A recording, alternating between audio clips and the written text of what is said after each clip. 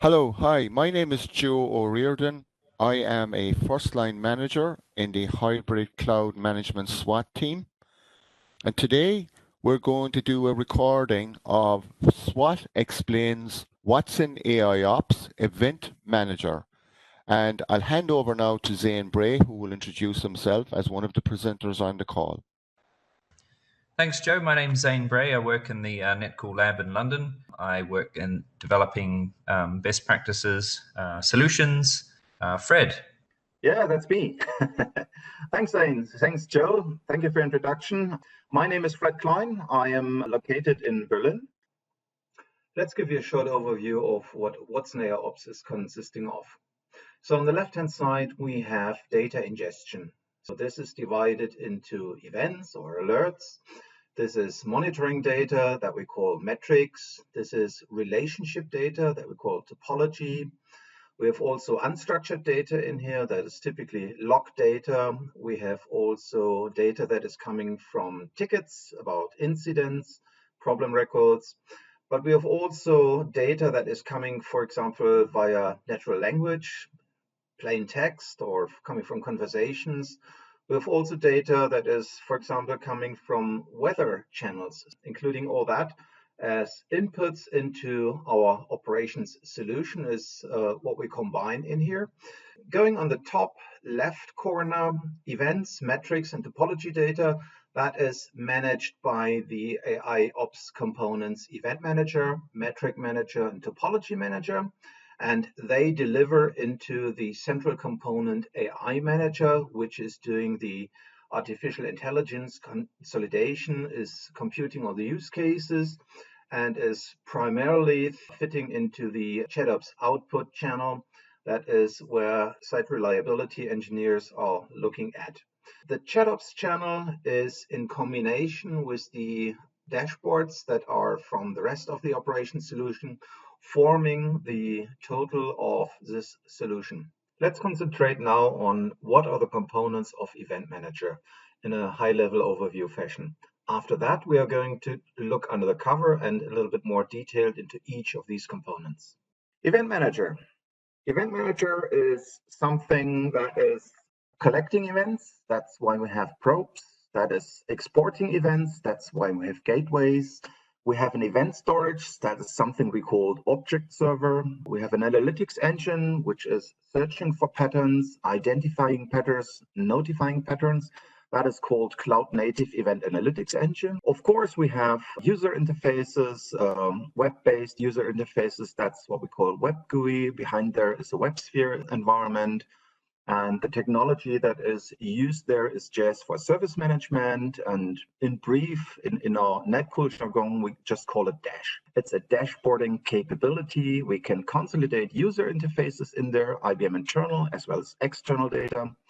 We also have a consolidation and enrichment engine. That's what we call Netcool Impact. And then on the automation side, we have Runbook Automation. Runbooks are very important for, let's say you have a problem, you know how to handle it, you have a procedure, and you want to make sure that this procedure is followed step by step. You want to have a record about that. You want to be notified if the procedure was successful or not. That's all handled within Runbook Automations.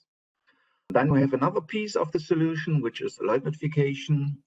Just in case you have a night shift, for example, nobody is listening and watching to the screens, and he may be out of the room for the moment.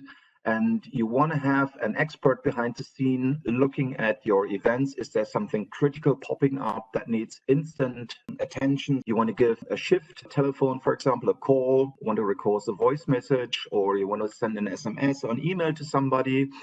Or if the acknowledge time has been missed and you want to escalate something, that's all down to alert notification. Of course, we record what we receive, what we do with the events. That's all put into the history database. There is also a reporting tool on top of that. That's called typically common reporting. Let's now have a little look into the evolution of the products, how they evolved from individual products into the current bundling.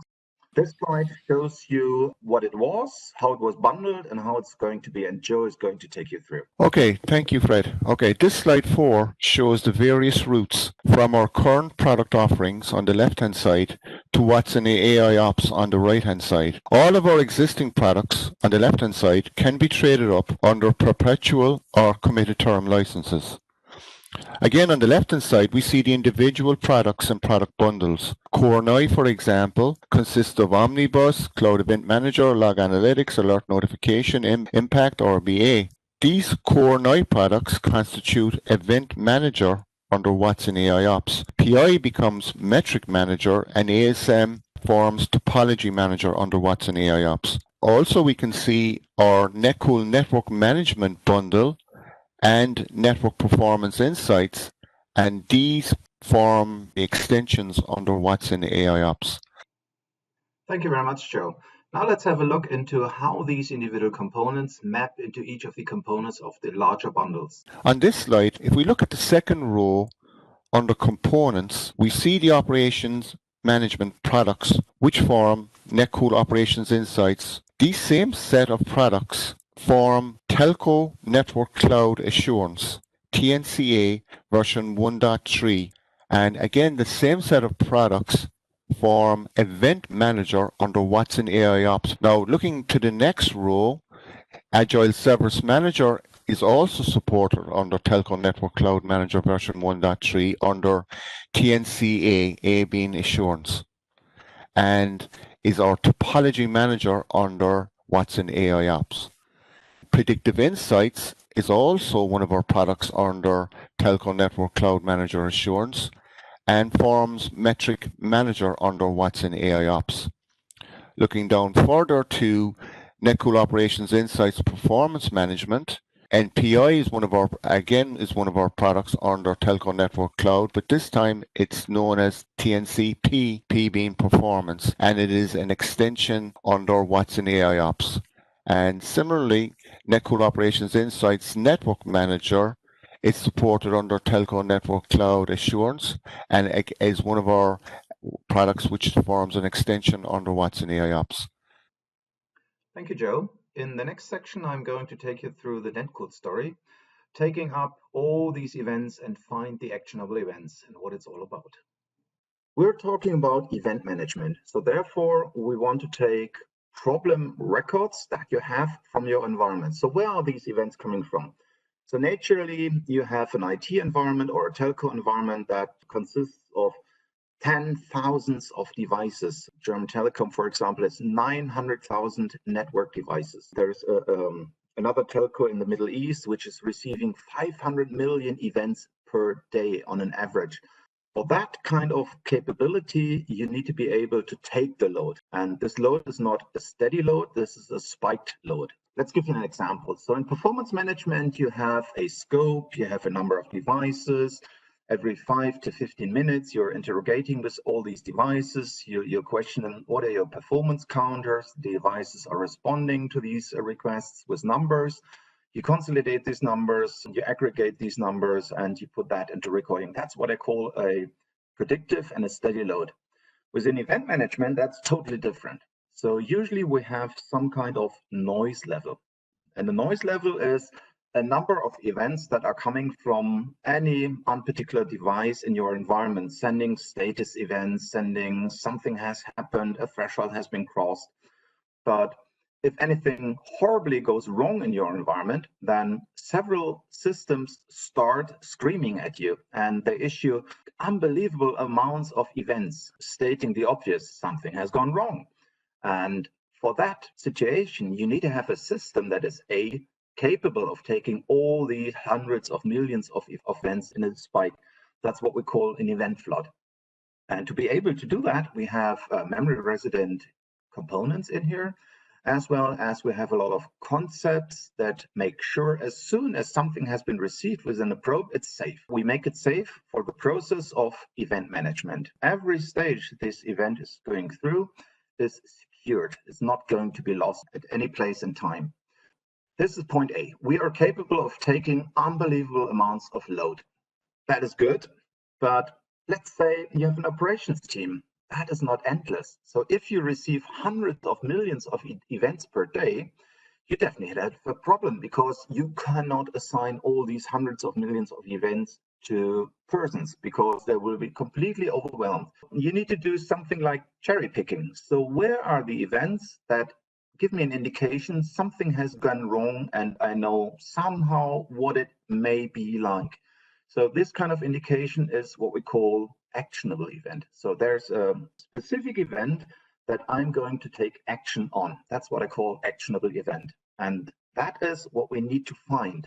To find that, Netcool provides a large set of toolings. And the first one is the probe rules file. In the probe rules file, we convert the raw data into the common object server format and make sure it's received by the object server. The next one is the object server himself. So this is a memory resident database capable of taking all the load, and it has an active component as well in there. That's something that we call automation system. And the automation system is something that can be used to do simple correlations. So for example, if we have old events that have been cleared, these don't need to be in the event pool longer than, let's say, 5 minutes. So every old event that has been cleared off is going to be deleted after 5 minutes. That's housekeeping. There's a lot more housekeeping done on the level of the object server, because you have pairs of events. So there's a bad event stating something has gone wrong. And we also collect the good events as well. So something has been rectified. And then now it's down to the object server to find these pairs. So that's not an easy task. And that's something we do within the generic clear automation. This generic clear automation finds exactly these kind of matching pairs, correlates them, and sets it to clear. So there's a problem, and there's a corresponding later on resolution. And if I do have that pair, then this is the indication that the problem no longer exists. It has been worked on, it has been cleared. So either of operator action, or it has gone away anyway because something has been done to the infrastructure, or it has aged out. So there are several possibilities why this problem matching have occurred. But in the end, that's the goal. So we have to find these pairs, because we don't want to overload the object server. Because it's a RAM resident database, it just has a certain pool of resources, and we need to be very careful with these resources. So therefore, it's quite important that we just keep the current problems within the object server, and everything else is deleted. To get rid of all that data, we archive the data. So we write away everything into the history that we have. We report on the history as well, so it's not lost. Nevertheless, the object server just contains everything that is current. That's a base principle, core concept. But that's not enough, just having these base correlations. So from a technology point, this is all we have at the moment. So we have a bad event, we have a good event, but how do we know how impacting is that to a specific service, or who's in charge, who needs to deal with that particular event? That is additional relationship of data that is required to make more sense of these outage informations, so these events. In normal day-to-day operations, you need to have information about who's impacted, who's in charge, where's the location of that device, do we have a maintenance crew to be notified, is there a specific service level behind, is there a service at all impacted, or is this something downstream nobody needs to care? And that's what we do with our Swiss Army knife called Netcool Impact. So Impact has policies, is capable of relating event-based data to external data. So let's say CMDB, an inventory database, anything else that gives us extra information that puts us into a position to prioritize our events, because we need to get operators' attention to these events that are actionable events. We need to find these. And therefore, we need to reduce the noise level as much as possible. And Impact helps greatly with that, with its policies, external data access. So we're reducing stage by stage the amount of events that are present, but there's a limit. The next stage of filtering is using the user interface. So there are users and groups behind how we are working. So for example, typically most of the customers have groups. So database people or specific service relevant people or network people, they get their events. They are all stored in the object server, but they are filtered to the relationship of the group. So there's a user, group, and role access model behind, and only the group receives events that are relevant to them. And within the group, you have personal filtering. Everybody, as an operator, can make his own views and filters. This is something Dane will show later on in the presentation, how this user interface works and what it shows. But in the end, everybody has the capability of making his day of life as comfortable as possible. And that's another base principle in here. Really make it easy to work with the events, and less clicks as possible, as much automation as possible in the background. And that's what we need, exactly. Reduce the noise level as much as possible. And then we have our analytics engine in the background. This is about finding things that belong to each other. So for example, we have a specific pattern that is occurring every Monday morning. We have a starting event, then we have a small pause. We have 15 more events, then another pause, and maybe 20 more events, and then there are coming a few others behind. So in the end, we have a big bunch of events that are related to each other. We don't need to escalate all these. We don't need to divert the attention of 20 operators to all these various events. We just need one operator's attention as soon as we can group all these events together and say, hey, they are all related. There's something behind, a reason behind why we would group that. And you will see that in the demo as well. And as soon as we have grouped it, it's a big step forward in noise reduction, because this is really relevant for operators to really make this last steps of grouping and finding similarities. And we even can do super grouping at that end of processing. That is where the operator kicks in, or where we do automated escalations. So for example, we create an incident in the trouble ticketing system, or we know this is a specific problem where we may have a resolution already. So we kick off a automated runbook to rectify the problem, or we just do a series of runbooks, one after each other. And if the problem still persists after a certain amount of time, then we escalate that. So these kind of things we have at hand in here. This is the arsenal that the operator can work with. And this is where we need manual interaction in the end. So many of the stuff we can solve and reduce using machine learning, automations, correlations, policies, rules. But in the end, everything has to be watched by an operations team. They need to do escalations. They need to delete some of these events. They need to take care about what is happening there and present it in the end. That is why we have this operations team behind in here. And this is what it is all about. So this is the Netcool story. And this is most important. Unique selling points in here for Netcool. We are capable of taking the largest possible load in here. We have excessive resources in the backhand to take event floods. We have capabilities of reducing all these events in various stages, and we have all artificial intelligence in the backend to help to pick just the actionable events out there.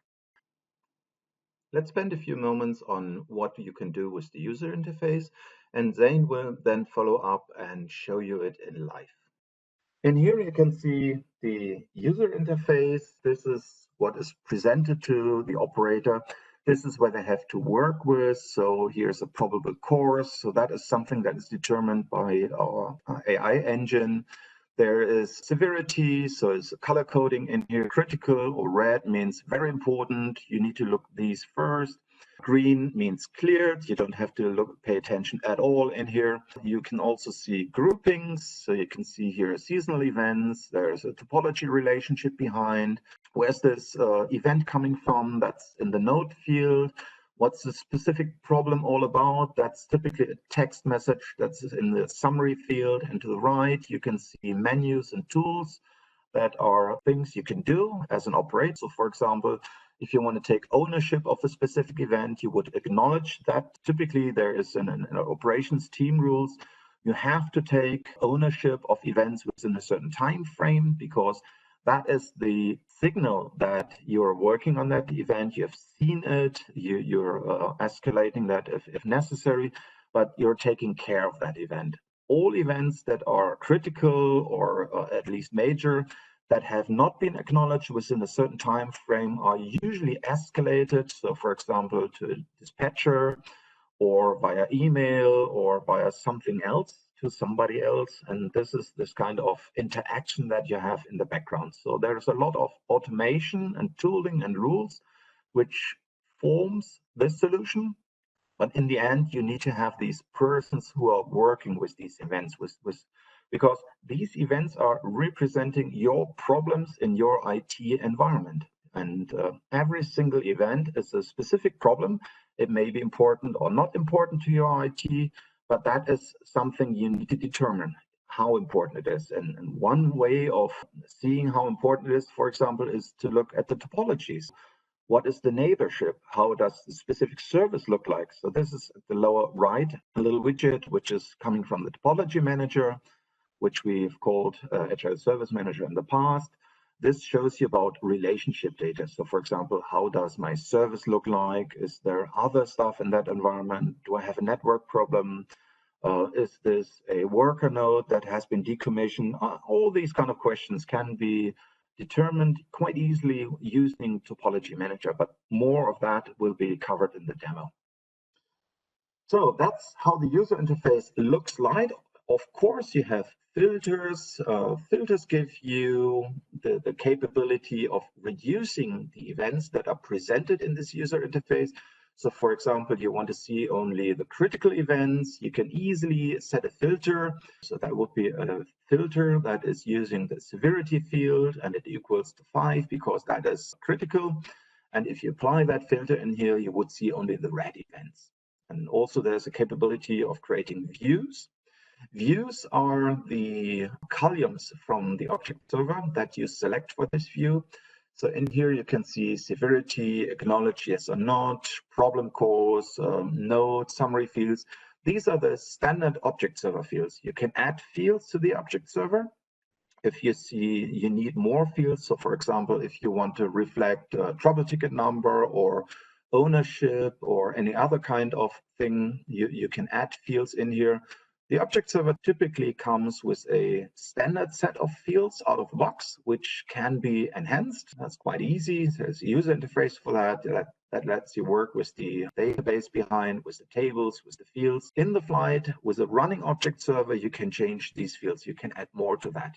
You can also put another database into the object server. For example, if you have something to correlate, you have a high-speed relationship that is required for high-speed correlation, you could put another table in the object server. For example, if there's a shift-specific information or something about a specific service or whatever. So we have all this capability in here. It's quite easy to make these changes. Each operator has this capability to change his views, change his tools, make the ones that are required for his specific workspace. He can do that himself. An administrator can give him these tools. So there are also some levels of roles which give him access or not. So he may be able to change it or not. Typically, you're given all these capabilities because you don't want to make your life more hard. You want to make your life easier, and that's what it's all about. So it's quite easy to make these changes. I hand over now to Zane. He will demo you the new user interface. He will show you how filters and views look like, how they are applied, how they are created. He will talk you through the Netcool Operations Insight analytics piece. He will talk around seasonality, scope-based grouping, topology-based grouping. He will demo you what is a probable cause, how it's determined, and how we do policies within this kind of environment. So, Zane, all yours.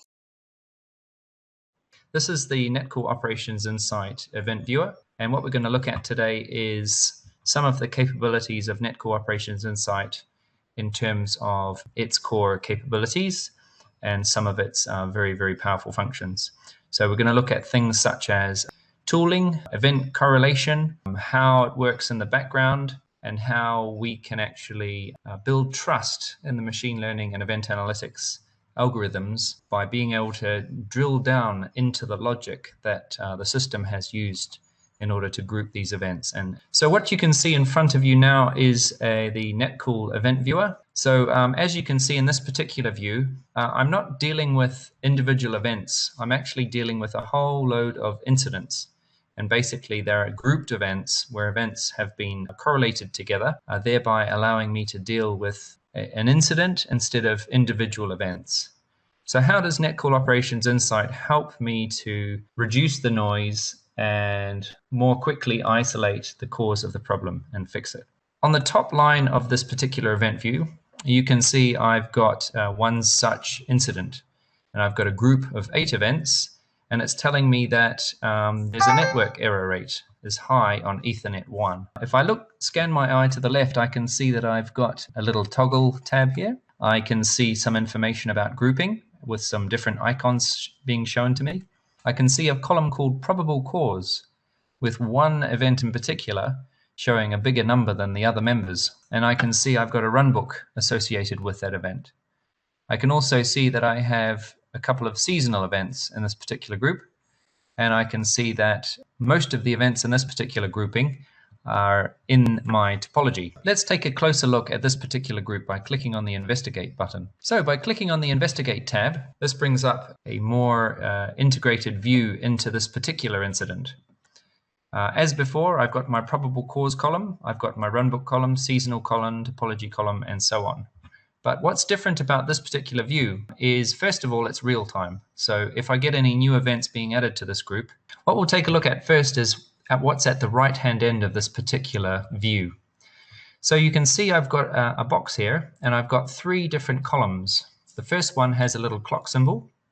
The second one has a little Venn diagram icon, and the third one is a topology icon. And what these columns are showing me is the various methods that the events in this particular group have been used to include these events in the group. For example, if I look at this first column, this is telling me that I have 2 events which are members of the overall group by virtue of a temporal correlation. So a temporal correlation is where the event analytics has been processing the contents of the event stream. This is where the event analytics has been analyzing the incoming event stream and has deduced that these 2 events always occur together in the event history. What it's done this time around is it's actually grouped these 2 events together automatically. Now, by clicking on the little icon Group B, it's actually bringing me to some of that detail.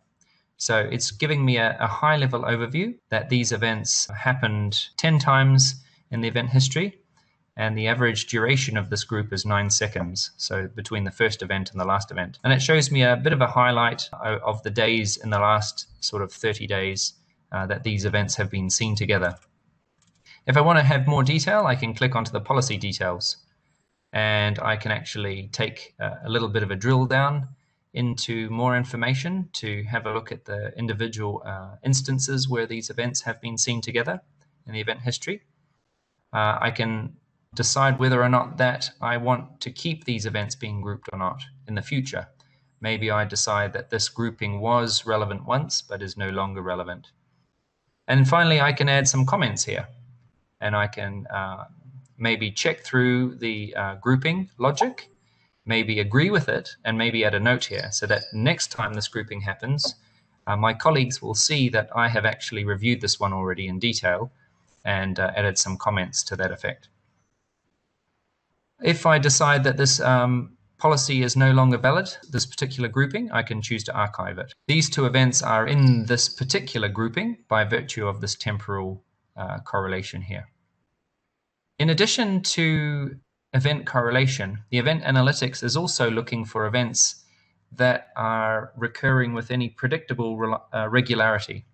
So this is what we call seasonality. And if we scan our eye quickly over to the seasonal column, I can see that 2 events in this group are displaying seasonal characteristics. If I click on this, we can take a look at what that means in this particular example. So by clicking on the little seasonal button, I actually see that this particular event is seasonal, And how is it seasonal? Well, whenever this event is seen, it always occurs between 2 and 3 p.m. in the afternoon. So this is actually quite suspicious. The fact that this event always occurs at this particular time window makes me ask questions such as, well, what's happening in my environment between 2 and 3 o'clock in the afternoon? Again, just as before, I can click on more information and I can have a look at all the historic previous occurrences. Now, as I would expect, the other event that's in this temporal grouping also is occurring at the same time. Now, this would make sense because the temporal-based correlation is telling me that these two events always occur together. So the fact that they're highly seasonal means that they're probably going to be highly seasonal together. So coming back to the grouping window, we've looked at temporal-based correlation and how that works. So the event analytics is analyzing the event stream and discovering which events always suspiciously occur together and grouping those events together automatically when they occur again in the future. Now, what happens if my team of operations operators have some local knowledge? They know, for example, that when I have events coming in from my web servers, those events should be grouped together if they happen on the same node and they happen in the same time window. Well, this is called scope-based grouping. And this is basically a component that allows me as an operator, admin, to input some local knowledge into the environment to specify how certain types of events can be grouped. So we're just going to have a quick look at the scope-based grouping UI to see how these particular grouping definitions are defined. The scope-based grouping portlet is user role access controlled, and it allows me to create one or more policies in here whereby I can specify how events are grouped. So let's take a look at this example that I've created earlier. So this particular one called web servers, it's a priority one. This just simply means I can have multiple of these policies, and it specifies the order in which they should be attempted to be matched against the incoming event stream. In this particular case, I'm going to specify some conditions, and basically in this case, I'm going to say where the location field is not empty, in other words, it has a value in my event, I want to actually group the event by the location field value. So scope-based grouping is data-driven. So what that means is it's going to be grouping based on the value contained in the location field. If the location field contains different physical geographic sites, then those events will automatically be grouped by the contents of that field.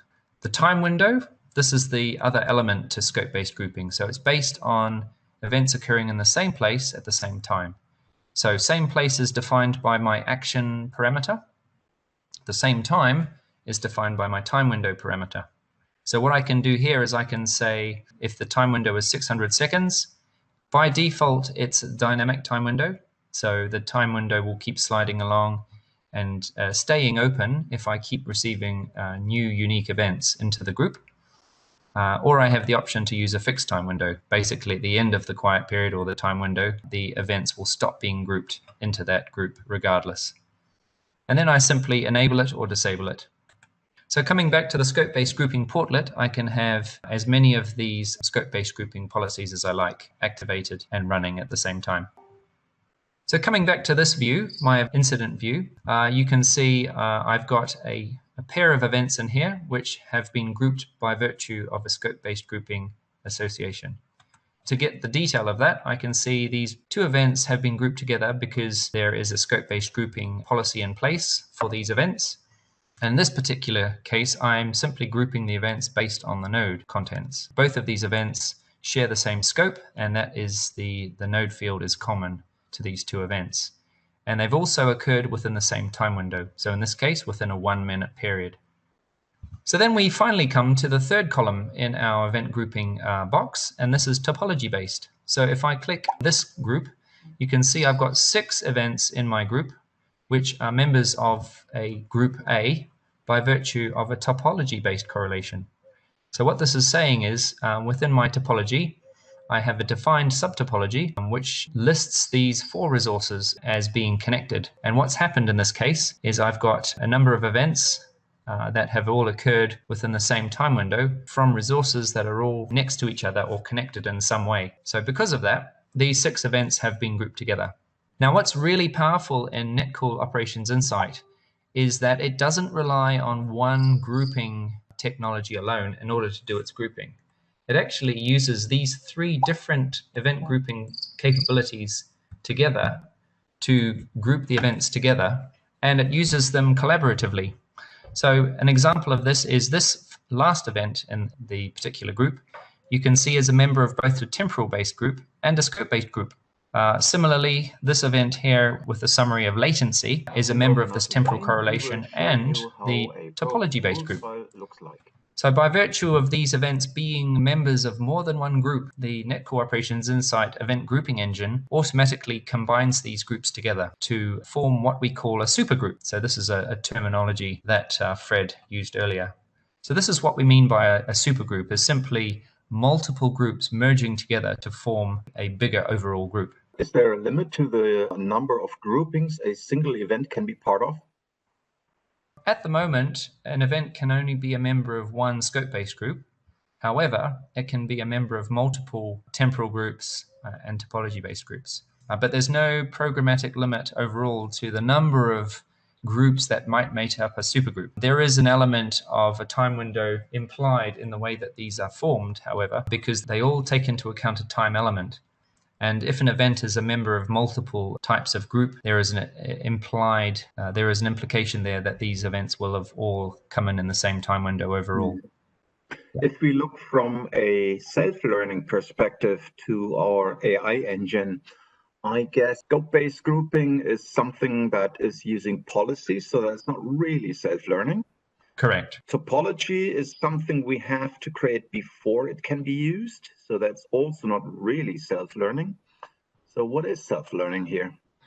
Yeah, so the topology is somewhat automatic, because if you think back to the ASM session, one of the things that we did when we defined a sub-topology template was we defined either an exact match or something that is a dynamic match. So we defined my service is made up of a service resource connected by these things. The system is automatically discovering all of these services, service definitions within the topology, and this might be dynamic, so this might be changing on a daily basis.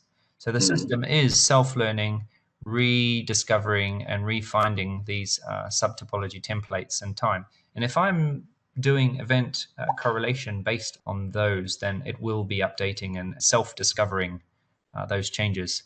From a temporal grouping perspective, this is where true machine learning is coming in. So it's constantly learning, constantly evaluating the event stream as it flows into NOI, and constantly looking for and updating any groupings of events that it discovers. Similarly, the seasonality aspect is also machine learning event analytics capability. If we scan our eye along to the left-hand side of our event view, you can see a column called probable cause. This actually correlates to the events that exist within the topology. And what this is doing is based on the location of the elements that are creating alarms within the topology, the system uses a number of algorithms to deduce what it thinks is the likely probable cause event in this particular scenario. So as you can see in this particular grouping of events, it thinks that based on the topology and based on the events, this event here is the probable cause for what's going on in this particular outage. It's basically tracing it back to the virtual machine that all of these other components are dependent on and connected to. And as it turns out, it's speculating that the probable cause for this outage is a network error problem on the Ethernet port. So that's quite possibly the problem. And this ties in nicely with the next concept, which is runbooks. So let's say I'm a first line operator. I am investigating this particular incident. I can see I've got 8 events. The system has automatically grouped all these events together because it believes that these events are all related to this particular outage, because they've all come in at the same time and they're all sort of connected in various ways. So I am a first line operator. I'm not a subject matter expert on Kubernetes or virtual machines, but I do know how to follow instructions. And I'm looking at this and I'm looking at this group and I'm seeing that this guy is the probable cause. And conveniently, there is a runbook associated with this particular event. So whenever I see a virtual machine with a network error rate high, what this runbook is telling me is that I really need to restore service by taking this virtual machine offline so that the hardware fault can be looked at. Because, you know, slow is really the new type of outage in the modern world. And as long as my service is slow or down even, then my first priority as an operator is to restore that service. I can actually go and fix the problem in slow time, but the first thing to do is to actually restore the service. And what this runbook is telling me to do is to drain this problematic Kubernetes worker node from my environment, which means basically taking it offline, and Kubernetes will automatically then move the workloads to other worker nodes. So not being a Kubernetes expert, I don't know how to do that, but fortunately, I can execute this runbook. So coming back to here, if I'm an operator looking at this incident, one of the first things I might like to do is execute some tools against this particular set of events. So by selecting any of these events, I'm presented with a number of tools on the right-hand side, which allow me to take action on these events. I can acknowledge them, de-acknowledge them, create a new incident, or add to an incident. I can change the priority, the severity. I might want to suppress or escalate this particular event to my level 2 or level 3 team, or assign it to a certain group or user. So these are basically some tools that I can use. At the moment, I'm looking at this particular group of events, but I also have the ability to execute right-click tools from within the main event view. So as you can see here, I've got a whole bunch of different options that I can launch from this particular view. I have a number of features along the top of the window. Refresh button. I can pause the refresh if I want to investigate something. I can change my filter. So the filter is basically defining which events I want to look at. So for example, if I only want to look at events that have come in the last 10 minutes, I can click my last 10 minutes filter. If I want to look at all unacknowledged events, I can click that filter there. The next one is the view menu. This one allows me to change which columns I want to look at. So at the moment, I have these preset defined columns along the top here, but I could change that. And as a user, I might have a number of different filters or views in my view that allow me to change how I'm looking at and what I'm looking at. So all these columns are object server fields, all right? That's right, yes, yes. They all are. Also along here, I've got buttons which are showing me the number of events that are in my current view and the various severities. So I can click on any one of these if I want to basically just filter on those certain types of severities. That's a quick filter, isn't it? Yeah, the quick filter is actually this box here on the right here. So let's say I'm looking at my events and I want to only look at events that contain a certain keyword. What I can do is I can just type in here, CPU, say, and what it will do is it will filter on any event on any column that contains this particular string. I can then edit this. I can decide, well, I'm not interested in any field. I actually want to be a little bit more specific and focus on the summary field. I want to say it has to exactly equal or maybe contains the string or does not contain the string. I have a number of choices. Or maybe I want to find all the events where a certain field is not empty or is empty. I can do it like that. So I can have a number of different search terms here. I might put in a number of different search terms such as usage, say. And I can actually build up a number of different elements to my quick filter along the top here. I can edit them as you just saw, or I can remove them and revert back to my original view. So if I'm a member of a, let's say, server operation team, would I see everything in the object server? Well, you would not necessarily. That might be based on the filter that I'm looking at. So for example, I may have a filter that called server operators, and that may be filtered to only show events that relate to, that are assigned to the server operators team. That's a group-based filtering, yeah. The other way that I can administratively restrict what my operators see is by creating object server level filters on the object server, which can restrict administratively what events people can see based on their role or privileges. So I can create also a user for a specific customer, and the customer would then see only his events. That's right. And that's an element of the object server that is for multi-tenant applications. So I can create a system level filter that says only show events to users for which those users are a member of a group. I can only see the events that I'm a member of a group that those events belong to. So can you double click on one of these events? Yeah, sure. So if I double click on one of these events, I get a pop-up box. And from here, I can see all of the details of the event, all of the different fields and values that that event has. And when this pop-up comes up, I can look at all the different fields that are associated with this event. So note that in the view, I have a certain number of predefined fields visible. So this is defined by my view column, as I mentioned earlier.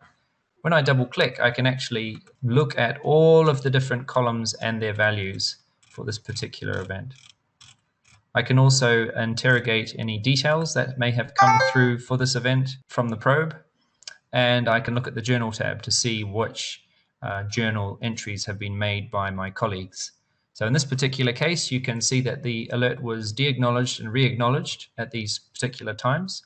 And I can see that a runbook was run against this particular event as well. And you also can add something manually in here. That's new right. journal entry, yeah. So if I want to add some more text, I can say Fred was here. Exactly. Fred was here and he fixed it. Journal entry there.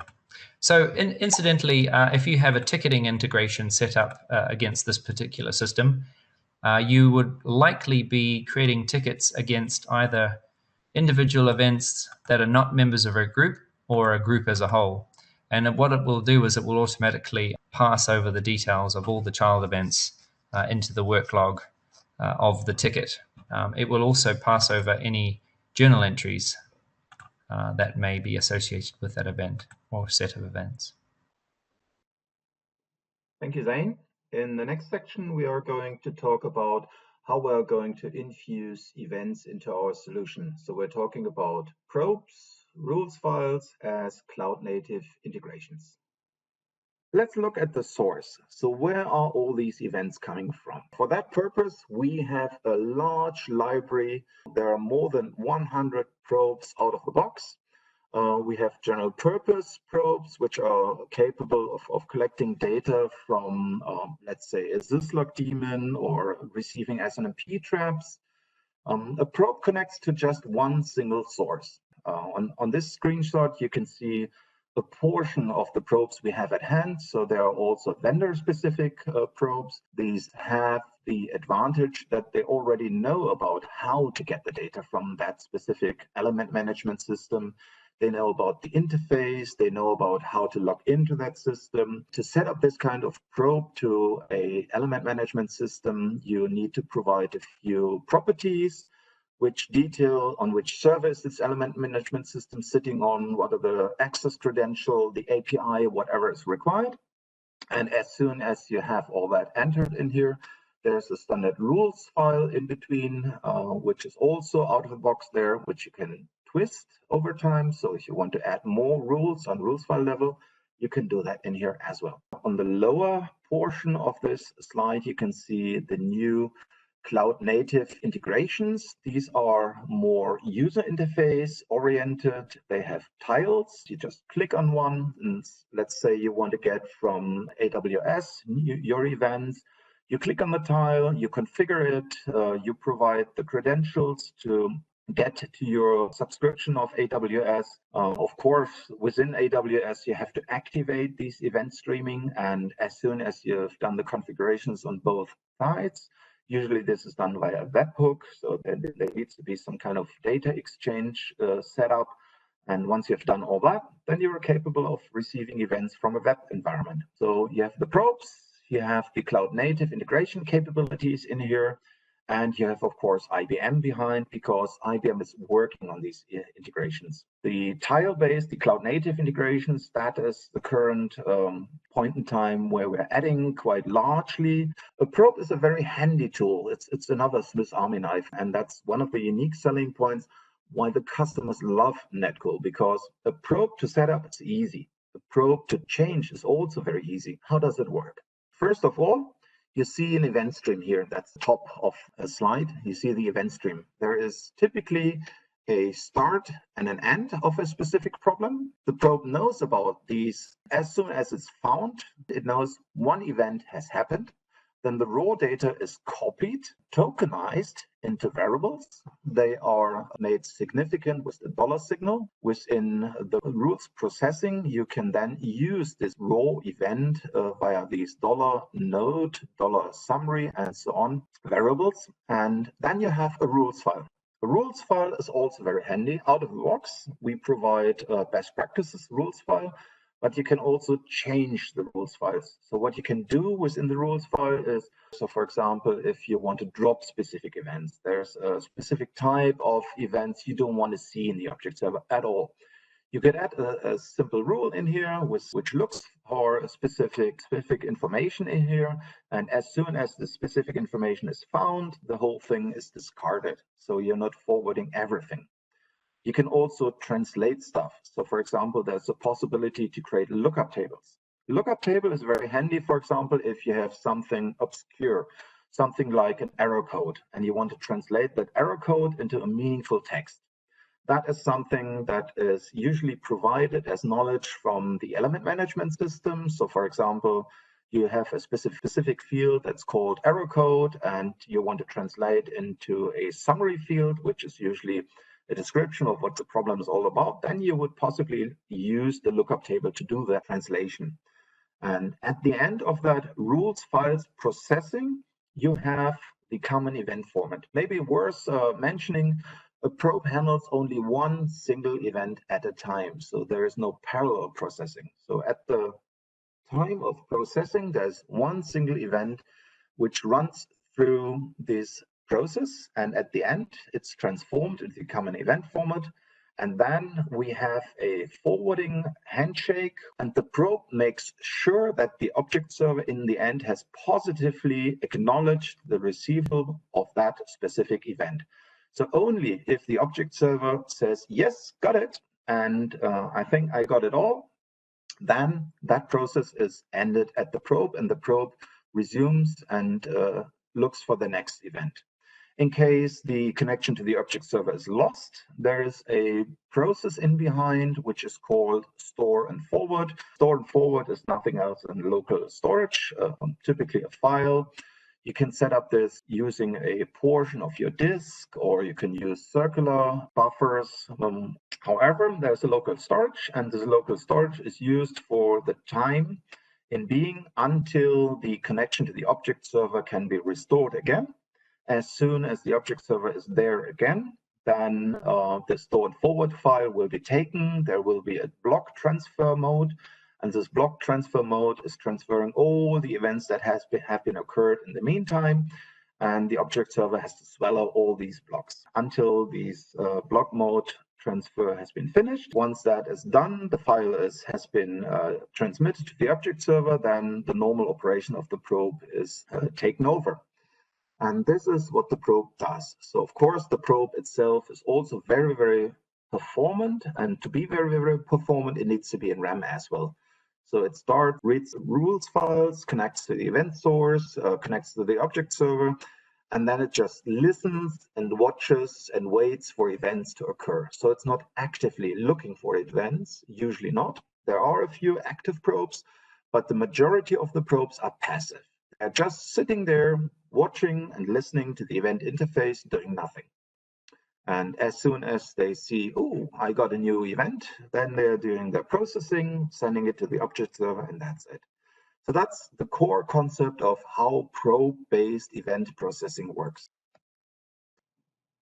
I hand over now to Zane, who is going to show you how a probe is set up, how rules files work, and how the event processing is done via using a probe. So Fred spoke about probes in the beginning introduction. One of the things he mentioned was probe rules. So probe rules are a way that we can define how the incoming data stream being received by the probe is carved up and associated with object server fields. So if you recall back to the event viewer, I've got these different event columns: node, summary, alert group, and so on. And the data coming in via the probe is coming in, and my probe rules file defines how that data is chopped up and assigned to these various fields. So let's take a quick look at an example probe rules file. So I'm at my command prompt here. If I change to my probes directory, I can see all of the probes that I currently have installed.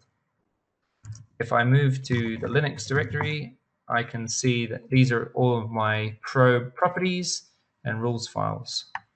From here, I'm going to edit the Symnet probe rules file so you can see how one looks. So the probe rules file supports a number of different scripting constructs. So conditional statements like this if statement here, switch statements, such as the one that's switching on the summary field. I can also do complex string matching functions, regular expression matches, and extractions from the various data items that are passing through the probe. The main thing here, the main sort of purpose of the probe rules file, is to assign pieces of the incoming event stream to the various fields. Prefixed with an @ symbol refers to an object server field, and prefixed with a $ symbol refers to a token or a data item coming in or being received by the probe. As in the highlighted example, you can see my identifier field, which is the primary key field in the object server for an event, is being combined by pieces that make up the node, the agent, the severity, and the group. The probe rules file also supports the inclusion of other probe rules files. This particular line here is highlighting an include statement, which is referencing the inclusion of this other probe rules file. So this is in fact how the Netcool knowledge library is built up. It has a whole bunch of probe rules files that have been pre-built based on device MIB files, and then the probe rules file that the probe is using includes all of these sub-files into its memory footprint when it starts, so that as it's receiving all of these traps from all these disparate devices around your environment. Now that we've taken events from a source on board, let's have a look into the central component, the object server, who's going to store all these events, who's going to do basic housekeeping as well as basic correlations. Yeah, then the object server, which is another thing that is unique on the market. Several other vendors have tried to produce something similar to the object server, but failed miserably. Netcool does it best in the market. So it's the engine that is capable of taking the most events per second, is capable of receiving all these events, taking the load, processing all the load, and distributing it in a very resilient way to the consumers. So the object server is a main memory resident database. It has a user interface as well. Besides all this RAM resident database, it also has an active part, which is called automation system. So on the automation system, I've already touched a little bit. So this is the piece here on the lower side. The automation system is typically doing basic housekeeping, correlations, making sure that the events are distributed as much as possible in here. So that's the object server. Not so easy as you would think, but this is a very reliable engine. And the object server also comes in a high availability mode. And there's also a multi-tier architecture concept, which I will show you in a minute. So this is the object server. This is a core component of the whole event manager structure and architecture. Gateways. Gateways are used to export data. So the probes are used for importing data into the object servers, and the gateways are used for exporting event data from the object server to something else. So there are unidirectional gateways. So for example, if you want to export specific events into a file, you would use the flat file gateway, which has a graphic here on the upper right side. If you want to have something bidirectional, so you want to have a kind of communication. So for example, if you want to synchronize two object servers and put them into a high availability object server pair, this is what we do with the aggregation service, then you need a full-blown bidirectional gateway, which is the picture here in the middle. So in the gateway, there are several pieces of the gateway. There's a reader module, which reads all the event. There's a mapping component in here, which maps between the data format that is coming from the reader and maps to the format that is consumed by the writer. And the writer is target specific. So in case of an object server, it would be an object server writer. In terms of, for example, we want to escalate events to a trouble ticket system, let's say ServiceNow or Clarify or something else, then these writers would be specific to the targets. So there would be a ServiceNow writer or a Clarify writer, which is capable of writing to that target. So these readers and writers are unique, they're there. There's a mapping feature in here, there's a filtering feature in here also. And there's also a failover and failback capability in this as well. And last but not least, you can secure all these connections. So there's an encryption possibility in here, as well as it is in all connections in the Netcall architecture. So all these connections between the components, the individual modules of the architecture, you can encrypt. So far, we have received events via the probes or cloud-native integrations. We have stored these events in the object servers. We were capable of exporting data via the gateways. And now we need to look into how can we do additional enrichment and advanced correlations. This is now the section for Netcool Impact. So this is a nice animation, which is fairly old, but still valid. And what I like in this animation is it shows you the base principle of how impact works. Let's remember, so far we have received events via the probes in the object server, raw events, something has gone wrong, let's say a link down on an interface of a router. That has been sent via a syslog message to a syslog daemon. The syslog probe has received it, forwarded it to the object server, and then it's merged with all the other events in the object server. So what can you do? Can you say service X is impacted by that event? Maybe not. How do you know who is to work on that data? So for example, what kind of service may be impacted or not? For that kind of decision and correlation, you need to have additional data. Additional data that is usually available at a customer side. Something like a provisioning database in the sample and an SLA database, but it can be a customer database. It can be any other kind of database or system. In between, we have a component that we call Netcool Impact. Netcool Impact itself is also an engine which has several components. So one component is the event broker, which reads from the object server. So for example, you can set a specific filter to the event broker. He is listening to all these events which are possibly, let's say, new and have specific fields that are empty. So for example, customer, service, location. So from the probe, all these standard fields are populated, but the extra fields, they are all empty because the probe and the event doesn't know anything about that. To fill these fields is quite an important thing for severity setting, for operations. They all need to know about how it's related. And this relationship data is then collected from impact. How does it work? So let's say we got an event in here. Something like something has broken IP address, an error code. We are able to use the lookup table from the probe, and that has translated the error code 773 into a link failed message. So that's what we have from the technology. So how does that make sense to my service environment? So the event broker sees, oh, there's a new event. He maps it to a specific policy. The policy is a code that says, oh, I need to go to my provisioning database and look for additional data. I'm taking the IP address and let's see what we have for this IP address. Okay, there's a customer, DB Telematic. It's located in Frankfurt. I have a contact name and I have a telephone number. That's all coming from that specific database. So that's a nice enhancement already, but let's deep a little bit further. So let's use this customer and let's see what kind of service level is behind.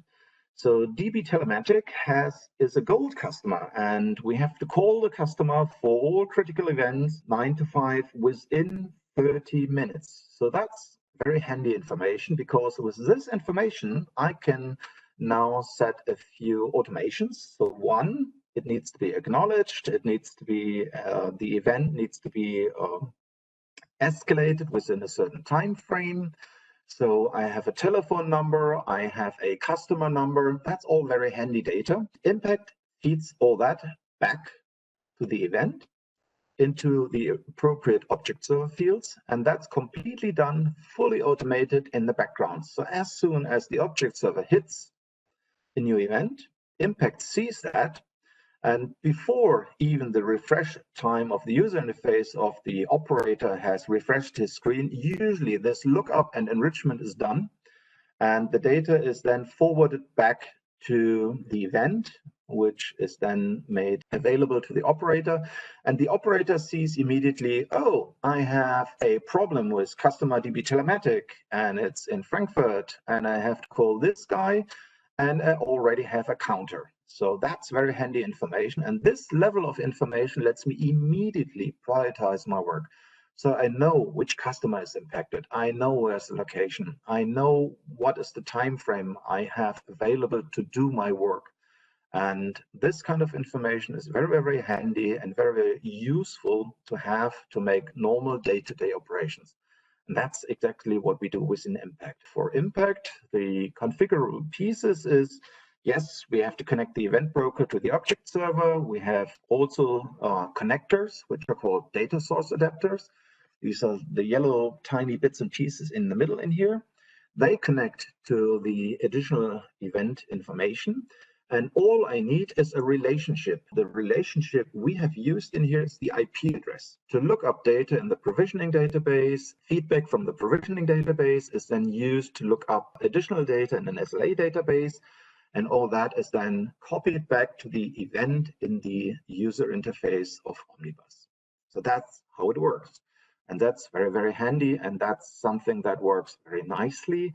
It's very easy to adapt. Of course, you have to build these kind of integrations. So you have to use the data source adapters that are available and point them to your additional data. You have to write the policy. That's quite a tricky piece of work. So policy writing is not so easy as you might think, but it's not rocket science anyway.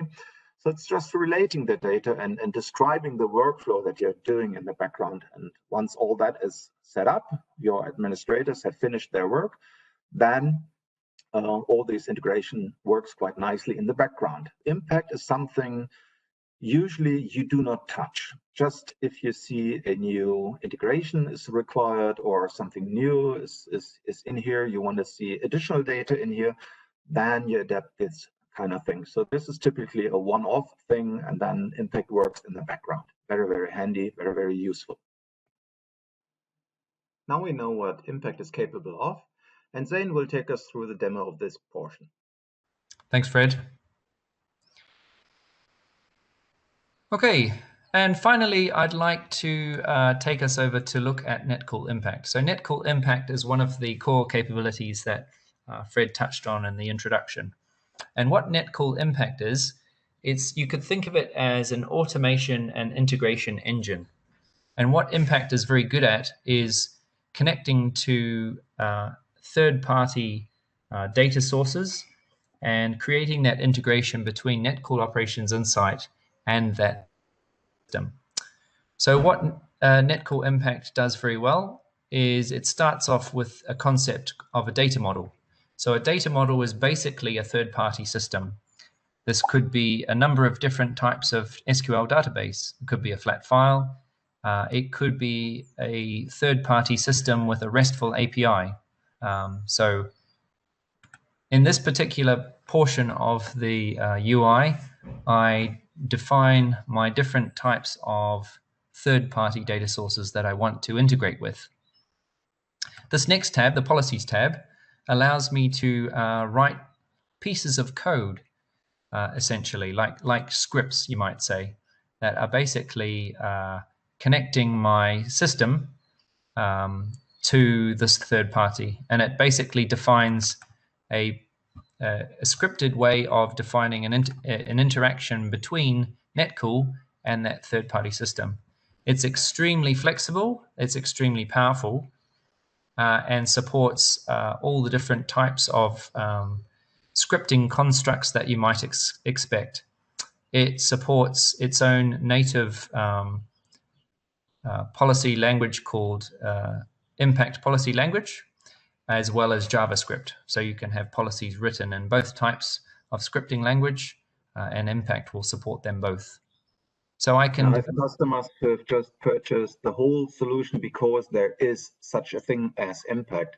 So Impact has significant advantages with the policies and the data integration pieces that really make Netcool so advantageous. Yes, and where Netcool doesn't have an off-the-shelf solution, such as an off-the-shelf probe or gateway into a third-party system, at the very least, you can always do it with Impact. I implemented a few different integrations between Netcool Operations Insight and third-party systems that had REST APIs. Netcall Impact actually has a bunch of different functions built into it that allow you to communicate with third-party REST APIs very easily. Query them, pull back data, process that data, and then carry out actions.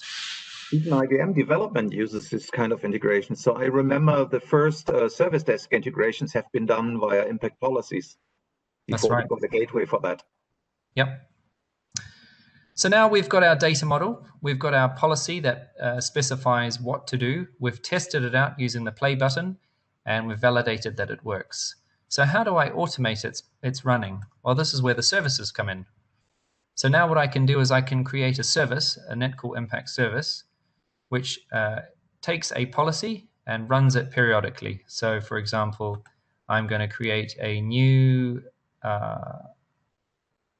policy activator service. And what I'm going to do is I'm going to tell it I want to run this particular policy every so many seconds and give it a name, so test. So I might run this every 10 minutes, 600 seconds, and I want to run this particular policy. I can configure it to start automatically when Impact starts, and I can tell it whether or not to write to a log file. And that's how I use Impact to automate actions. A final note here.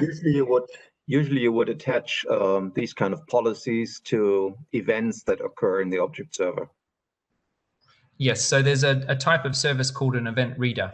And an event reader is reading events in from the object server, performing some sort of action on those events, and then making an update to those events. So a typical use case scenario is event enrichment. Just in the use case that Fred outlined in the beginning, Impact might be connected to a DB2 database, which contains information relating to my service level agreement. The Impact policy might be defining how to look up the relevant pieces of information in that database based on the event. And then the service is defining the connection or how often that particular policy is running in order to enrich those events. So one last note here about Impact is it actually has a built-in maintenance window capability. So this is where this is leveraging back in the object server. We talked about having event filters. So one of those filters is the ability to suppress and hide events from my operators. So what I can do from this particular view is, and as an administrator, I might define a maintenance window for a one-time, a certain day of the week, certain day of the month, or the certain nth day of a week in a month. I specify the time zone that I'm interested in. And what I can do is I can actually specify a filter here, which identifies the events that I want this maintenance window to apply to. So for example, it might be a very specific location involved here, or it might be ones that apply to a certain type of service. I then enter the start time and end time for this maintenance window, and then I save that by clicking on the disk button here. And what that will do is, if events that meet this filter criteria occur between these two time windows, the system will automatically suppress those events and hide them from my operator's view.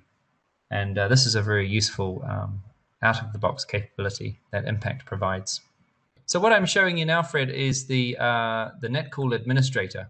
So what this allows me to do is, you mentioned before the object server, which is the in-memory resident database that holds all of the events as well as the automations in the object server. So the Netcall Administrator tool allows me to administer the object server. I'm going to highlight a few capabilities in this particular utility that are of particular interest. The first one here is the object server triggers. So the object server essentially is built like an SQL relational database. So all the events, all of the user information, all of the trigger information and everything is basically stored in tables in the object server. And we can create triggers to carry out automated tasks in the system based on when events occur. So we've got three types of triggers in our object server.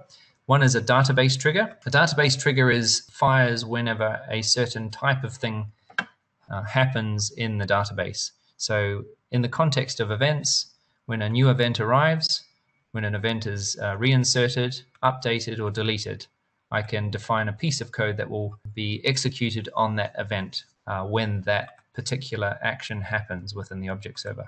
Right, so the deduplication trigger. The object server is quite unique. If you insert a row into an SQL database, normally, with a primary key, and then you insert a second record into that same table with the same primary key, most SQL databases will reject that attempted insert. The object server is unique in that it actually catches that reinsert attempt and allows you to put some code around it. So this is what we call in the object server as a deduplication.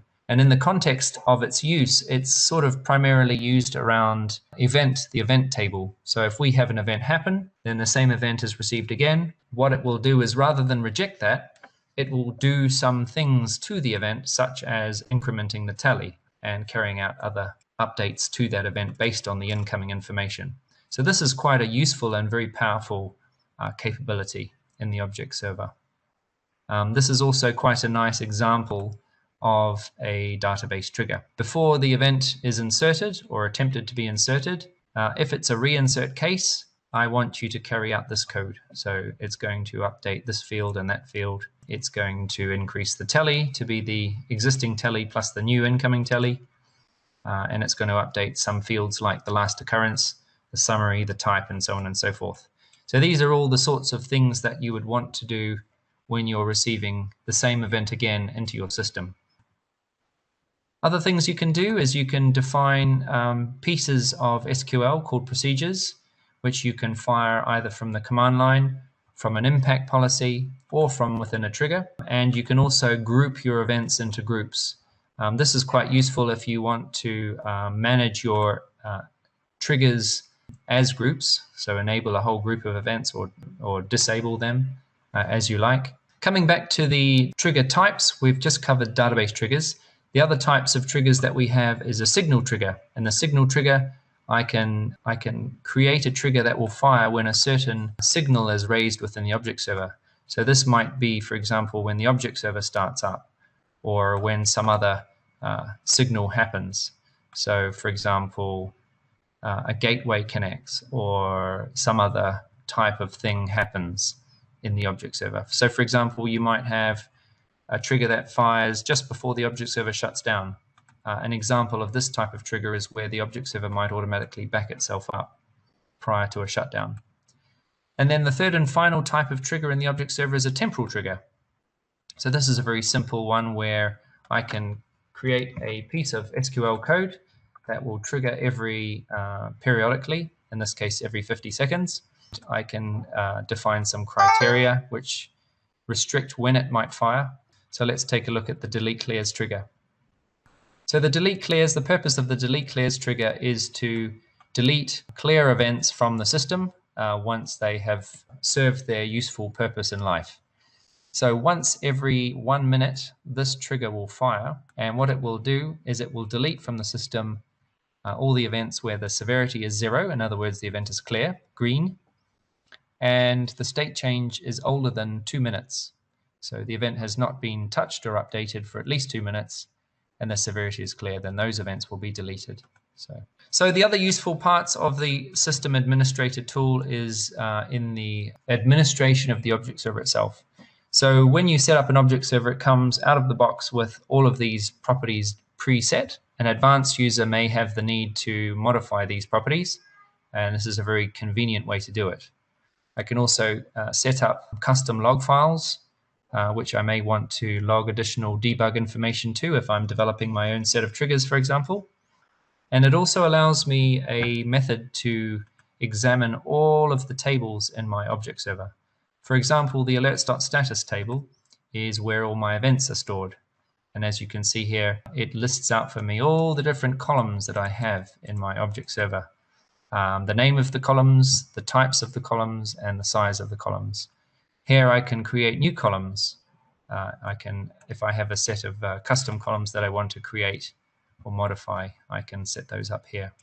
I also have an SQL prompt. If I have some ad hoc SQL that I want to run against my object server, I can use that here. And I can also see all the different connections that I have into my object server. So for example, I might have a whole load of probes, I might have gateways, I might have the web GUI or Impact, for example, connecting. Those will all be listed here. Thank you, Zane. Next section is about core concepts like resiliency or follow the sun scenario. We are then talking around architectures and deployment possibilities, something like all on OpenShift or hybrid. Netcool has been there in the market since quite a while. So looking back in the history, Netcool is coming from a project when it was owned by Micromuse back in 1995. I think, Zane, you will definitely remember that, do you? Yes, indeed.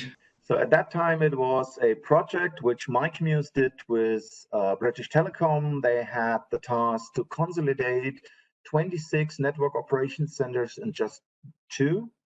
And the software which was written there by Micromuse was Netcool, of course. And Netcool was capable of consolidating all that data from the various systems they had in all their 26 operation centers into just 2 object servers in a failover high availability mode, and made that available via a user and group concept to all the operator teams around the BT. And that was the birth hour of Netcool Omnibus, which is now the event manager. Over time, the solution has been grown, but from the beginning, we had a few unique selling points that we need to meet. So telco-grade software, that's what it's called. So that is, you have to have robust software. You have to be capable of taking incredible amounts of load, and you also have to have a resilient software. This is about geo-redundancy, disaster recovery. So everything needs to be doubled in case of a failure, in case of even a whole data center can go away. And you still need to be able to provide an operations team with insightful data. And for that, we have all these capabilities and mechanisms in here. Geo-redundancy is another one. There are also customers which are using follow the sun scenarios. So follow the sun scenario is quite a nice concept. Let's say we have a European-based operations team, we have one in Asia Pacific, and we have one in the Americas. These are already 3 sites, and each of the team looks at the data that is available and has a shift pattern that is normal to their environment. And when that shift pattern has expired, then they hand over to the next geo. So it's following the sun. So these shift patterns are following the sun, and that's where the name is coming from. And that's one of the operations mode that we provide within Netcool. So this is quite cool. Zane, do you have to add anything in here? Yeah, thanks, Fred. This is the points that you've touched on here are very definitely required by most of our customers, particularly the large ones. Geo-redundancy is always something that is required. The ability to have Netcool both highly available, but also running from multiple sites, usually two, so that if there is a fire in the building, operations can continue. Note that this is sort of different from, well, this is a disaster recovery scenario, but a more common scenario is where there's simply a network outage between two of the sites that may be in different cities, but may have a requirement also to be able to continue to run independently of each other if there is a network outage between the sites and provide operational services despite not being able to talk to each other. The system therefore needs to be able to reconcile those two divergent data sets and continue once the network connection is restored. So it's a very highly complex problem to solve, but one that Netcool has been doing for over 20 years now. And quite good, I think. So customers love our software because it's so robust and it provides all these capabilities. So we have all these features in the box, and this is a unique selling point for Netcool in all these environments. So that's the reason why we are dominating in the telecommunication environment. And that's the reason why large enterprises with huge IT shops have the software in place, just for that, because of robustness, resiliency, and load. Yeah, let's talk a little bit about architecture. So on this slide, this is a single tier architecture, which also has the Watson AI Manager in here. So this is a hybrid architecture, a hybrid cloud architecture. So on the left side, you have a typical data center. So let's say you have an installation on Z or on Power or Red Hat Linux or any other kind of supported machinery you have in here. You have distributed the object service, impact, log analysis to your environment. You have the probes set up. The probes themselves are depicted here also in a high available mode. So there's a concept of master and slave mode. This is quite easy. So there are two probes. You need to send, let's say, if you have SNMP traps, you need to send your SNMP traps to both of the probes. And the probes talk to each other. So there's a master who does all the work, and the slave monitors the master. So as long as he can talk to the master, he assumes he's not needed. So therefore, he just monitors, watches, listens, and does nothing. As soon as he loses the connectivity to the master, then he assumes there is a problem. And then he starts forwarding the events to the object servers as well, in case there's a real problem, not just a communication between the master and the slave. This is exactly what we want. Then the events go via the slave probe into the object servers as well. And we have a continuation in here. And this level of resiliency is something that we have within the whole architecture. So the object servers usually are installed in pairs. Here in the central pair, we have an object server ACP, that's the aggregation primary, and we have another object server aggregation backup. These are typically installed in different locations. So you have data center A and you have data center B. So Impact is set up in clusters. So you can have this traditional failover and failback scenario as well with an Impact. But typically Impact is used in a cluster setup. So there's a master member of Impact. One is called the boss. He decides what to do. And all the other cluster members are just members, and they are receiving workload from the master. That's how it usually works with an Impact. If the master is unavailable, then the next in the list of the cluster takes over master capabilities and resumes the work. And if the old master is coming back up again, then he is put into the list again, but he will not start to resume to be the master because we already have one and there's only one needed. Let's talk about object server failover mode. Let's say our primary object server is going to be isolated, killed, lost to whatever reason. So let's say this ACP is gone. then all these connections will immediately fail over to the backup object server. So the backup object server will conclude the work. And because there's a small in-between in here, this piece, this is the failover gateway. This failover gateway synchronizes these two object servers continuously. So they are always in a high availability hot standby mode. Each are the same. And as soon as there is a problem, then the backup server takes over and continues the work. And this way we have seamless handover. So this is quite handy, for example, if you are going to migrate your scenarios. You want to change from one version to a newer version, your environment. This kind of high availability setups is quite easy because you can take one component offline, upgrade it, take it online again, and then the high availability mode makes sure that the new online brought piece is going to receive all the events that are missing. So it's synchronized again. And as soon as the synchronization has completed, then it continues in normal mode. So you're not losing any events. You're always having a partner to talk to. And this is the level of resiliency that our customers really love and like, because you have seamless handover in these components. On top, you can see the web interface, the web UI. This is the server component for the Dash component. Dash component provides the web interface. This is where all the other tools are integrated into. This is where the event management integrates into. You have the user interface for Impact, for the history database. The log analysis tool integrates in here. The predictive insight tools integrates into here. So you have all in one place, all interfaces in just one single place integrated. And that's another core concept, to have all these things integrated in one piece. So you can easily go from, let's say, user interface of event manager to the topology in the topology manager, or hop over into a report which is coming from the history database, or divert into something that is coming from the log analysis side. So all this is hyperlinked, all this is launched in context, and the purpose of that is to make the life of an operator as easy as possible.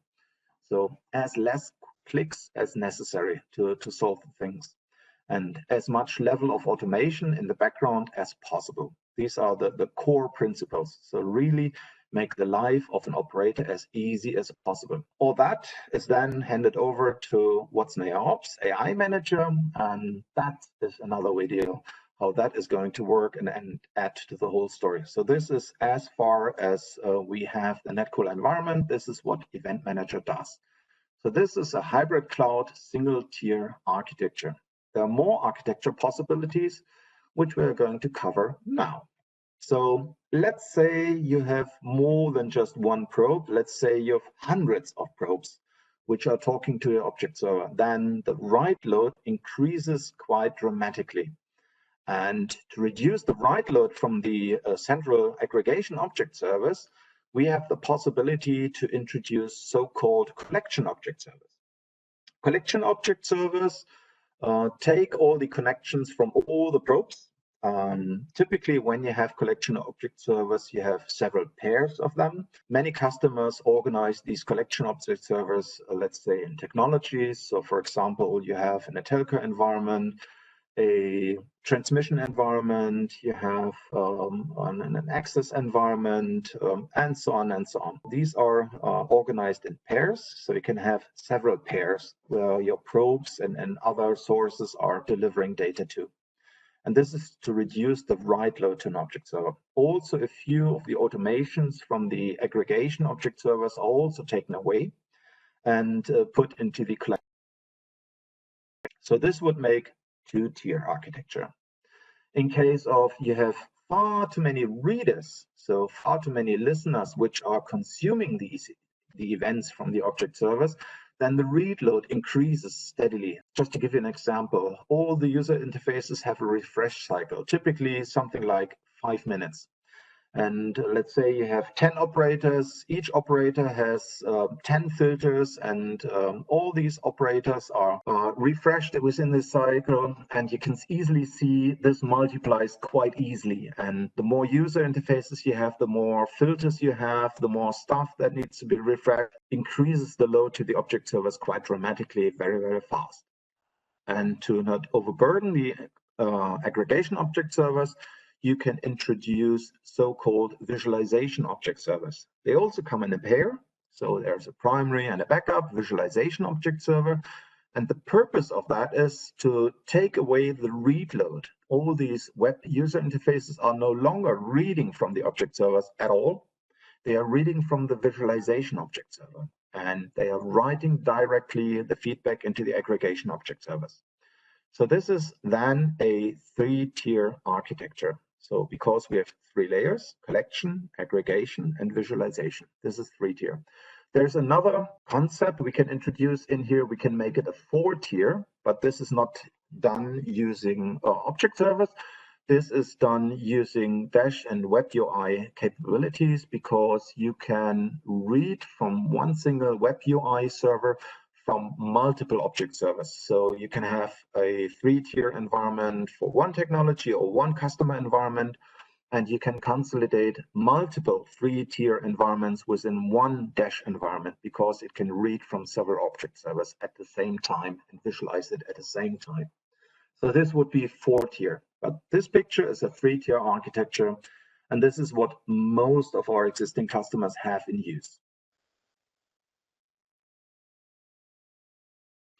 So ÖBB is one of these samples I really love, because we are working with them quite a lot of time, and they have done a very nice integration on the user level, on the Dash level.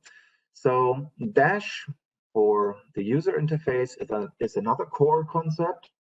It's based on WebSphere technology. It typically starts with a widget library. So here, down here on the lower side, you can see a widget or a dashboard environment, and you just drag widgets from the library to your dashboard. You can also connect these widgets. So for example, one is a list.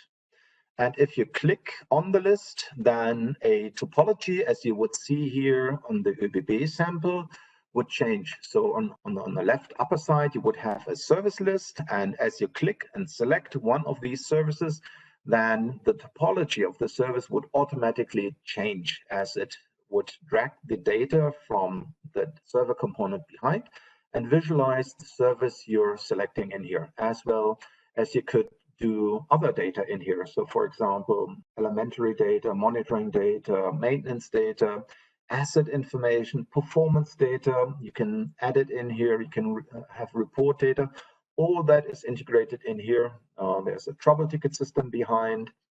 All that is hyperlinked. So from this Dash environment, you can have a single pane of glass into all your systems. So ÖBB is using a mixture of BMC systems as well as lots of IBM systems.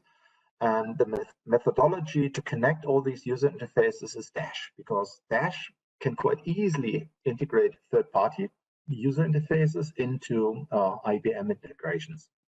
And one of the crown jewels is this connectivity, the wiring, as we call it. As you would click on here, on the upper right side here, for example, rental ordering, you click on that servers, and then all these corresponding other widgets would update immediately to the selection in here. And how we do it, it's using the wiring concept. So there are 2 concepts you could use with the wiring. One is via Impact as the data fetcher, or you could use the old TDI, Tivoli data integration, or now security data integration capability in here, SDI, which is a newer name. So this is the core concept of the dashboarding capabilities in here. Quite handy, very nice, as well as you could easily put extra tools in here. So in most of these widgets, you can have menus, and the menus can have tools in here. All that can be launched in context. You can hand over data. Security. users, groups, and roles. Of course, these kind of environments need to be secure. Of course, these need to be high available. We use these concepts as we have users and groups and roles. The roles are provided from the server components. Users and groups are coming from best practices as well as the customer likings. You would typically integrate, or let's say most of our customers are using LDAP integrations. So they have an LDAP repository somewhere, and we just link to it. We add our stuff to it and just use the users and groups as they are. We have more possibilities. So if there is no LDAP server, the software comes with an IBM LDAP servers. If you still don't want to use the LDAP servers, there are more security and authentication possibilities within the solution in here. So for example, if you have an air-gapped environment, very high secure environment, if you're in a nuclear power plant, which is completely isolated from everything, you could, for example, authenticate against the object server or other security possibilities in here. Also, that has high secure capabilities in here, so you can encrypt all the stuff. Let's take a little bit more about architecture and installation mode. So just recently with the version 1.6 of Netcool Operations Insight, we have introduced to put all the pieces of the software on OpenShift, which is the IBM's core strategy. So we are bringing out all our software on OpenShift and convert it to microservices. And this is a visualization how an architecture on OpenShift would look like. So you can see all the major components in here on an OpenShift cluster. They're a little bit different because the microservice architecture is not one-to-one translation into a hybrid or on-premise installation. So there's a little bit different in the architecture of the component itself. But an object server is still an object server. It's still a database. It still has the automations. Impact is still Impact. And this is how it is. This is what we have. So this would be an all on OpenShift architecture. And now let's switch to a true hybrid architectures. There are pieces which do run only on an OpenShift cluster. They require an OpenShift runtime environment. So for example, this cloud native event analytics, which is here called NOI analytics.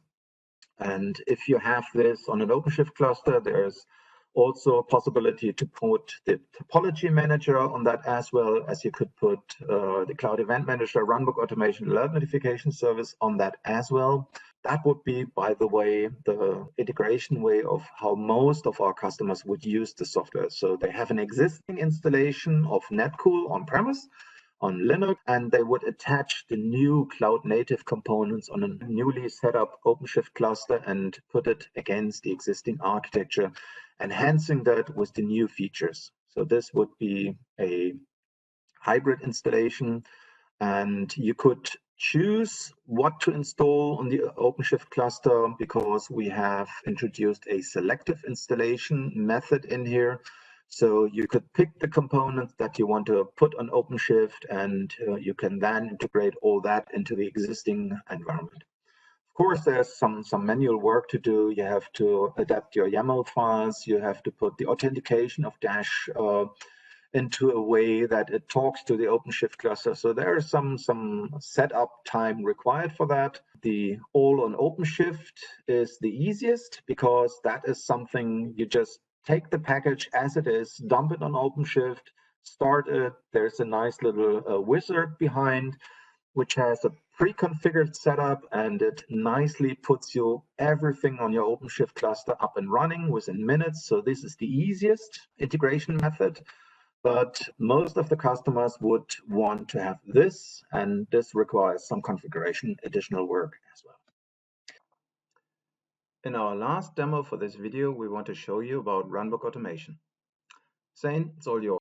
Okay, so looking at this event view, we're coming back to our group of events here. And we looked at earlier how the events are related to each other and how they came to be included in this group by temporal, scope-based, or a topology-based correlation. We also looked at how these events are compared with each other based on the topology proximity, and how the algorithm has determined that this particular event is the probable cause.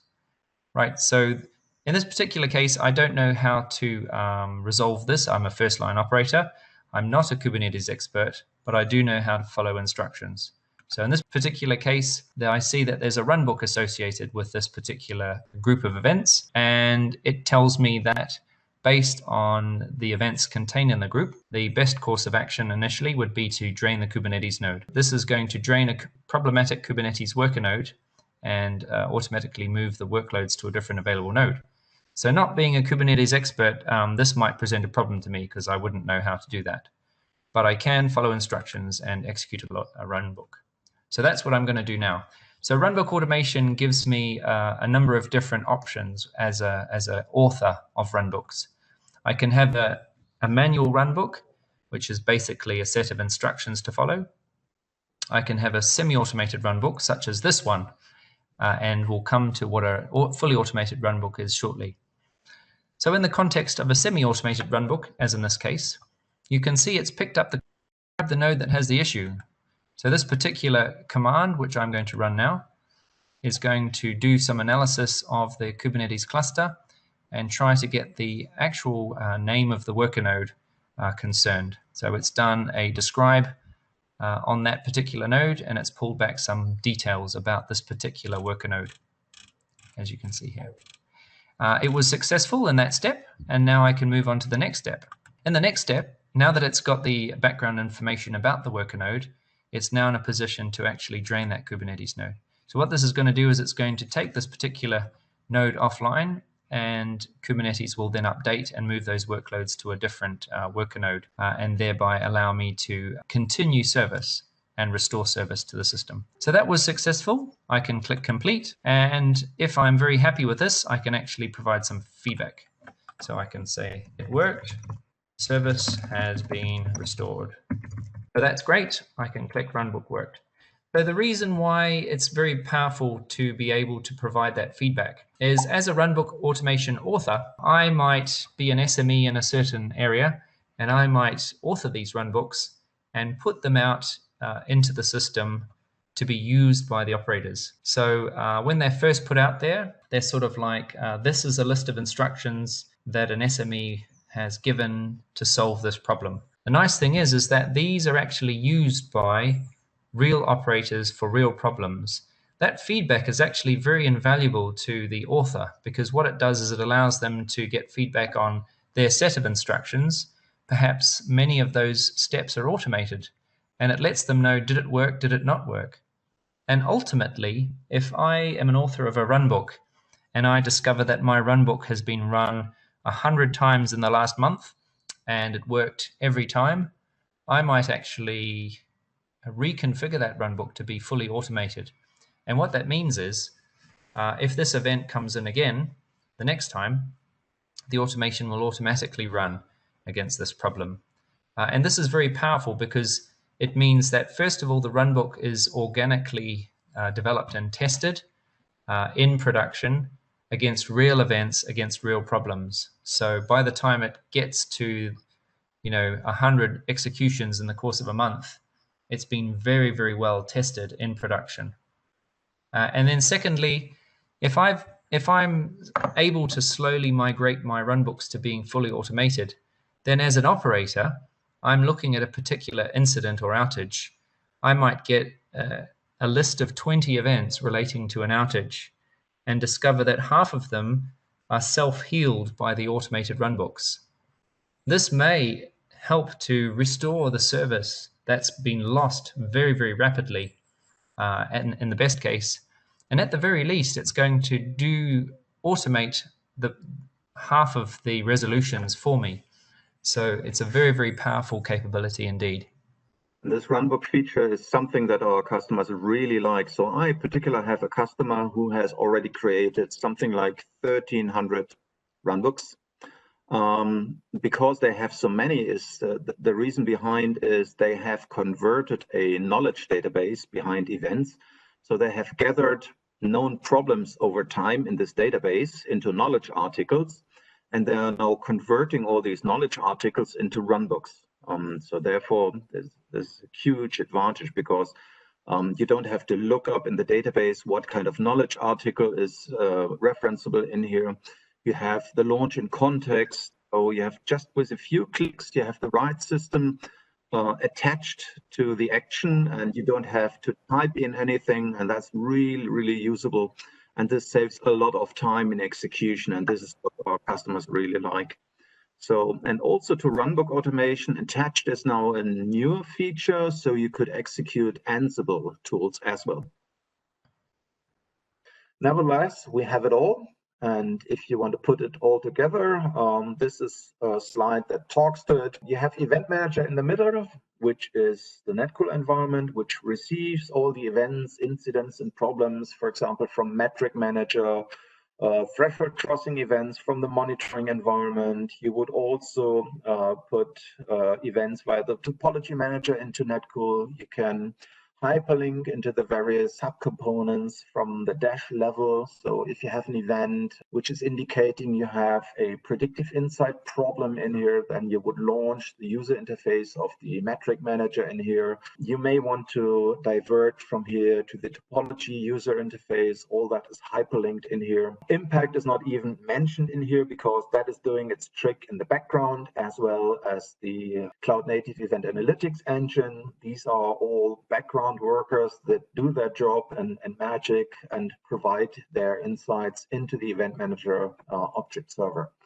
On the right side in here, you have then the front ends, the possibilities. So for example, if you want to, first of all, create an incident out of what you have in a control desk application, can be an IBM control desk or can be any third party or service desk application. You can go forward using a chatbot and go into a ChatOps environment using this kind of approach. So that is the next generation of operations going into this ChatOps operations. So you have to have this collaborative tool, something like SWAT or Teams or any other. You need to have your site reliability engineering team organized in a way to use this kind of environment. You can put additional information on top of that using the alert notification service. You can add additional automation in place using Runbook Automation. That's how all these bits and pieces fall together and form a solution. So thank you very much for your attention, and see you next time on one of the other videos we are preparing for you. We do have an event which is coming up early next year in May. We hope we get it not online, but face-to-face, but we will see. At the moment, the planning is we are going to set up the site in San Francisco starting 17th to 21st of May 2021. And I hope to see you all there healthy and up. Thank you very much.